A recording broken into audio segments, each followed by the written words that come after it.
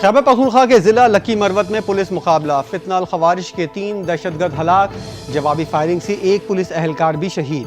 ترجمان پولیس کے مطابق دہشت گردوں کے ساتھ فائرنگ کے تبادلے میں اہم مقامی کمانڈر چھوٹا وسیم سمیت 3 خارجی مارے گئے۔ فائرنگ کے تبادلے میں پولیس اہلکار شاہد اللہ شہید ہو گیا۔ پولیس نے 2 گھنٹے تک دہشت گردوں کے ساتھ مقابلہ کیا۔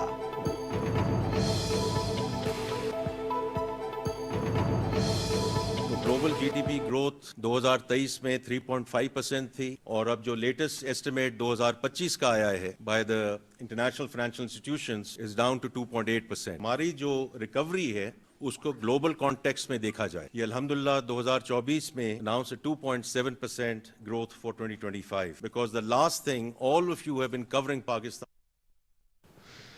درست سمت میں جا رہے ہیں، کامیابی سے مہنگائی پر قابو پایا، global G D P growth 2.8% ہے۔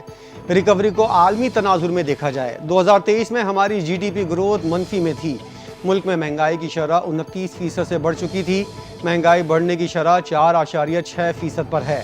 وزیر خزانہ محمد اورنگزیب نے اقتصادی سروے جاری کر دیا، کہا پالیسی ریٹ میں بتدریج کمی کی گئی، رواں مالی سال جی ڈی پی گروتھ 2.7% رہی، ہم استحکام کی طرف گامزن ہیں۔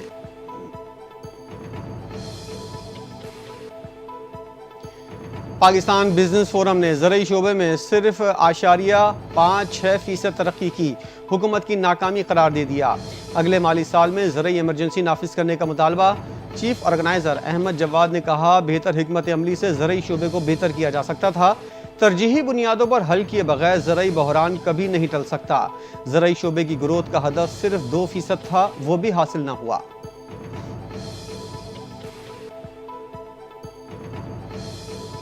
آئندہ مالی سال کے بجٹ کی منظوری کے لیے وفاقی کابینہ کا خصوصی اجلاس آج طلب کر لیا گیا۔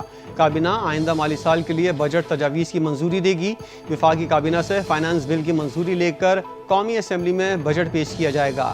سرکاری ملازمین کی تنخواہوں اور پینشن میں اضافے سے متعلق تجاویز کی حتمی منظوری وفاقی کابینہ دے دے گی۔ وفاقی کابینہ کا اجلاس کل سحر 4 بجے پارلیمنٹ ہاؤس میں طلب کیا گیا ہے۔ مالی سال کا بجٹ آج پیش کیا جائے گا۔ پارلیمان میں 17,600 ارب روپے حجم کا بجٹ پیش ہوگا۔ مجموعی آمدن کا تخمینہ 19,400 ارب اور ٹیکس وصولی کا ہدف 14,130 ارب ہے۔ قرضوں کی ادائیگی پر 6,200 ارب روپے خرچ ہوں گے۔ بجٹ خسارے کا ہدف بھی یہی مقرر کیا گیا ہے۔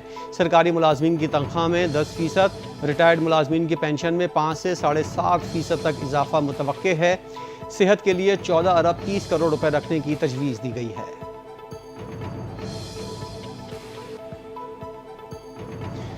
بجٹ میں مختلف شعبوں پر نئے ٹیکس عائد کرنے اور بعض پر رعایت ختم کرنے کی تیاری مکمل۔ آئی ایم ایف کی سفارش پر زرعی آمدن، ڈیجیٹل پلیٹ فارم اور فری لانس کمائی کو بھی ٹیکس دائرہ کار میں لانے کا امکان۔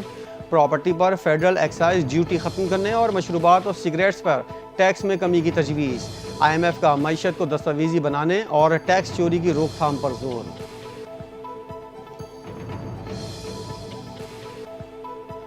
پاکستانی معیشت کا حجم پہلی مرتبہ 410 ارب ڈالر سے تجاوز کر گیا۔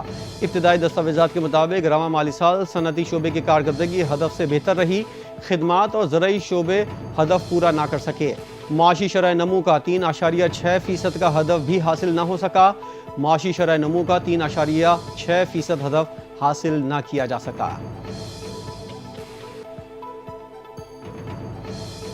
رواں مالی سال حکومت کے کسی شعبے میں کیا کارکردگی رہی، دستاویزات جاری۔ جولائی تا مارچ نان ٹیکس ریونیو میں 69.9% اضافہ ریکارڈ، ہدف 4,099 ارب روپے رکھا گیا تھا۔ ایف بی آر کے ریونیو میں 26%، زرعی قرضوں کی فراہمی میں 15% اضافہ۔ نجی شعبے کو 751.5 ارب روپے کے قرضے جاری کیے گئے۔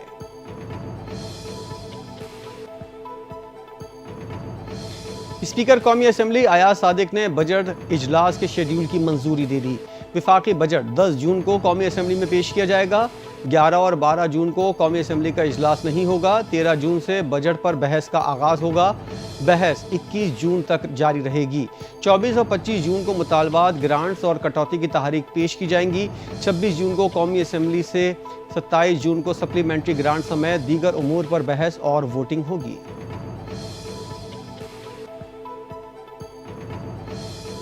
پیپلز پارٹی نے آئندہ بجٹ میں سرکاری ملازمین کی تنخواہوں میں 50% اضافے اور کم از کم تنخواہ 50,000 کرنے کا مطالبہ کر دیا۔ پیپلز پارٹی لیبر ونگ کے انچارج چودھری منظور نے کہا، ورلڈ بینک پاکستان سروے کے مطابق پاکستان کی 44% آبادی یعنی 10 کروڑ سے زائد پاکستانی غربت کا شکار ہیں۔ انہوں نے کہا، ہم نے یہ مطالبات صدر پاکستان سے شیئر کیے۔ چودھری منظور نے کہا کہ صنعتی مزدور کو علاج کی سہولت بھی فراہم کی جائے۔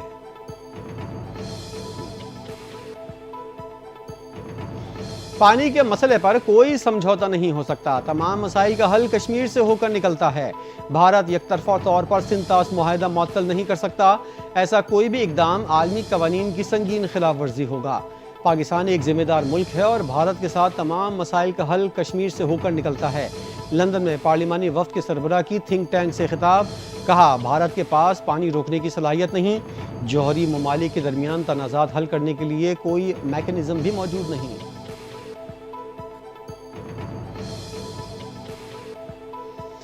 بھارت کے شدت پسندانہ ہندوتوا نظریے سے پورے خطے کو خطرات لاحق ہیں۔ بھارت میں اقلیتوں خصوصاً مسلمانوں اور عیسائیوں کو تعصب اور ظلم کا سامنا ہے۔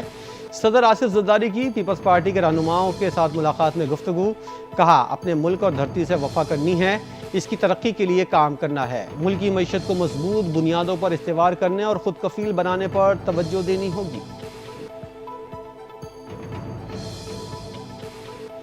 نون لیگ والے عوام کو نہیں بلکہ خود کو بے وقوف بنا رہے ہیں، عوام اب بیدار ہو چکی ہے۔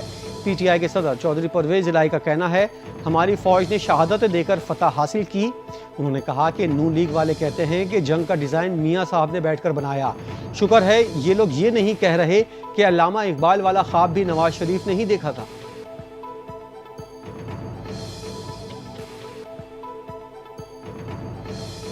صوبے کے پاس اتنے پیسے ہیں کہ وفاق کو قرض دے سکتے ہیں، وزیر اعلیٰ پختونخوا علی امین گنڈاپور کا بڑا دعویٰ، کہتے ہیں صوبے میں ٹیکس فری بجٹ دیں گے، عوام پر کوئی نیا ٹیکس نہیں لگایا جائے گا، میگا پروجیکٹ شروع کر رہے ہیں، پشاور ڈیرہ موڑ پر کام جاری ہے، صوبے میں ایجوکیشن ایمرجنسی لگائی جا رہی ہے۔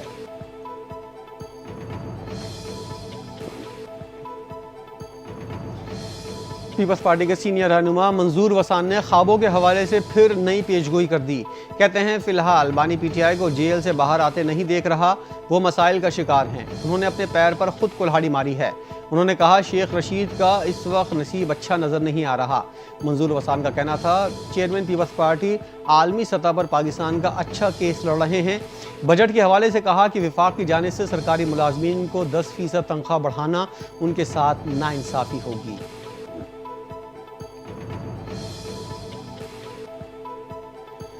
صوبے کا خزانہ خالی ہے لیکن وزیر اعلیٰ وفاق کو قرضہ دینے کی بات کرتے ہیں۔ وزیر اعلیٰ پختونخوا نے اپنے ارمان پورے کر لیے، عوام کا اللہ حافظ ہے۔ ڈی آئی خان میں میڈیا سے گفتگو کرتے ہوئے گورنر پختونخوا کی گفتگو، بولے صوبائی حکومت وسائل کو دونوں ہاتھوں سے لوٹ رہی ہے، صوبائی حکومت دہشت گردوں کی سہولت کاری ختم کرے تو صوبے میں امن و امان ہو جائے۔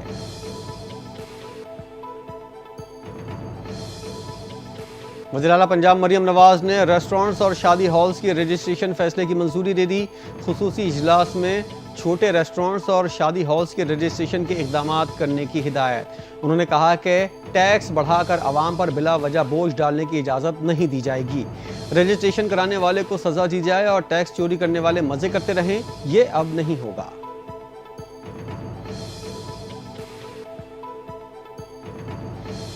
وزیر اعلیٰ سندھ مراد علی شاہ کی عید الاضحیٰ کے موقع پر مختلف ممالک کے سفارتکاروں سے ملاقات، وزیر اعلیٰ سندھ اور سفارتکاروں نے ایک دوسرے کو عید کی مبارکباد دی۔ وزیر اعلیٰ سندھ نے معزز مہمانوں کی تواضع مشروبات، مٹھائیوں اور تکہ پارٹی سے کی۔ عید الاضحیٰ پر جانوروں کی قربانی سے متعلق مختلف پہلوؤں پر تبادلہ خیال ہوا۔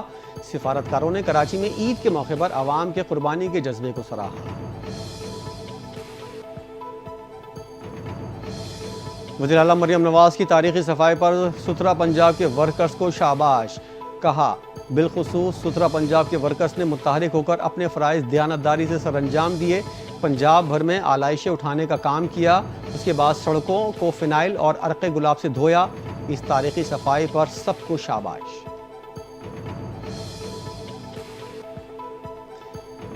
آلائشیں ٹھکانے لگانے کے بعد شہر کی بڑی شاہراہیں دھوئیں گے، میئر کراچی مرتضی وہاب کا اعلان۔ انہوں نے کہا کہ سڑک پر گھوم رہا ہوں، باقی لوگ ٹھنڈی مشین میں بیٹھ کر الزامات لگا رہے ہیں۔ تنقید کرنے والوں کا مقصد کھالیں اکٹھی کرنا ہے۔ علی خورشیدی کی بات پر اتفاق کرتا ہوں کہ مجھے چونا لگانا نہیں آتا۔ کوشش کر رہے ہیں کہ نظام میں بہتری آئے۔